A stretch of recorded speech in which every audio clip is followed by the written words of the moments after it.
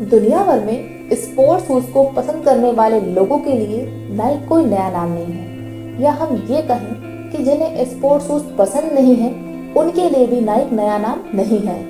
नाइक आज जितना बड़ा ब्रांड है उतनी ही दिलचस्प इसकी कहानी भी है, जिसकी शुरुआत 1962 में हुई थी। नाइक के को फाउंडर फिल नाइट की सक्सेस स्टोरी एक आइडिया से आगे बढ़ी, जिसे उन्होंने कॉलेज की एग्जाम कॉपी में बस ऐसे ही लिख दिया था, जिसने स्पोर्ट्स शूज की परिभाषा को ही बदल दिया। अमेरिकी बिजनेसमैन फिल नाइट ने दुनिया भर के खिलाड़ियों के लिए ऐसे जूते और एसेसरीज बनाई जिन्हें पहनकर उनका प्रदर्शन बुलंदियों पर पहुंचा।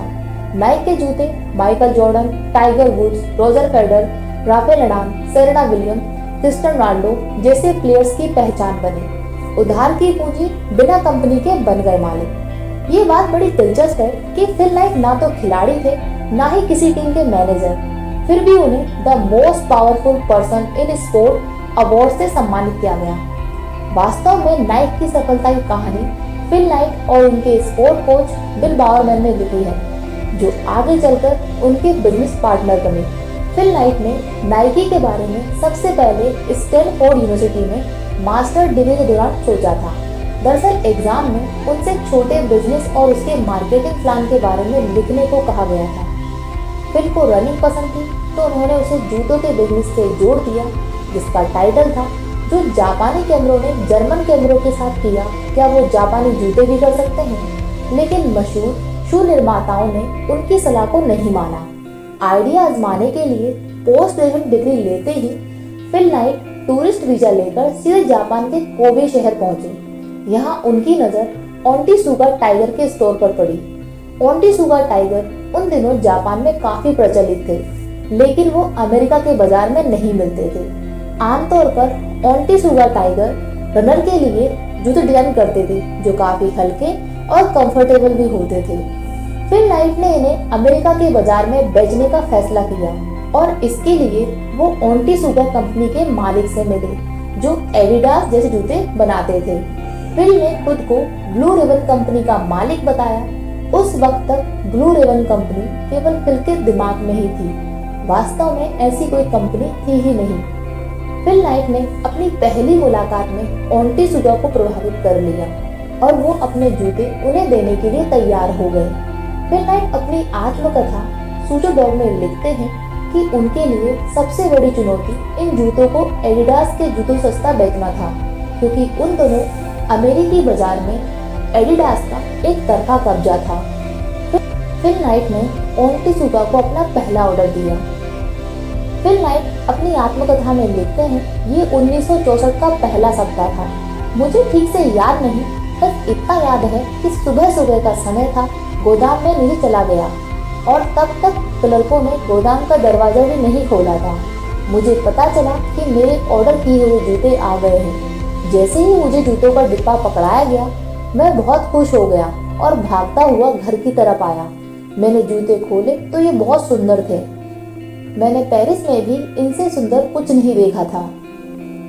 उन्होंने टाइगर शूज का एक सैंपल अपने कोच बावरमैन को भेजा और शू रिटेल बिजनेस में भागीदार बनने को कहा।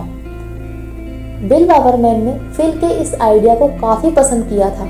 अमेरिका लौटकर उन्होंने अपने पिता से कुछ पैसे उधार लेकर सैंपल जूते खरीदे और उन्हें बेचना शुरू कर दिया, और इसके बाद दोनों ने ब्लू रिबन बिजनेस को आगे बढ़ाया। फिल नाइट और बिल बावरमैन ने बाद में 300 जूतों का ऑर्डर ओनित्सुका को दिया। ये शिपमेंट 1964 में आई थी। कुछ ही महीनों में ये जूते भी बिक गए। जुलाई में ओनित्सुका को 1300 जूतों की जोड़ी का ऑर्डर दिया गया। धीरे धीरे जूतों की मांग बढ़ता देख ब्लू रिबन में सेल्समैन समेत कई अन्य स्टाफ की एंट्री हुई और ये कंपनी ने अपना पहला स्टोर कैलिफोर्निया में स्थापित किया। 1968 में ओनित्सुका ने अपना जूतों का कॉटेज कुछ बदलावों के साथ लॉन्च किया।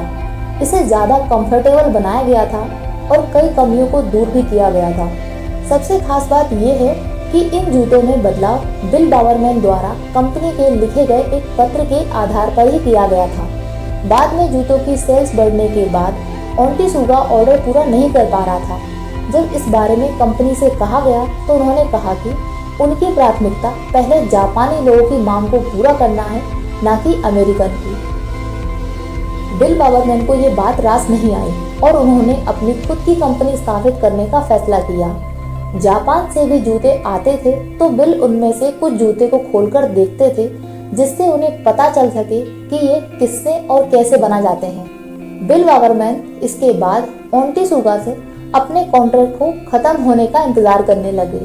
1972 में कॉन्ट्रैक्ट खत्म होने से पहले ही बिल बावरमैन ने नई कंपनी का आइडिया पर काम करना शुरू कर दिया था। कंपनी का नाम भी 1971 में नाइक के नाम से तय कर लिया गया था। कॉन्ट्रैक्ट खत्म होने के बाद बिल बावरमैन ने अपनी कंपनी शुरू कर ली।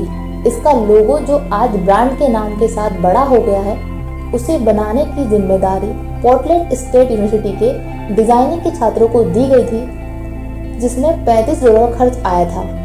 जूतों की क्वालिटी बनाए रखने के लिए इन्हें जापान में ही बनाने का फैसला किया गया। लॉन्चिंग के कुछ सालों में ही कंपनी की सेल तेजी से बढ़ती गई।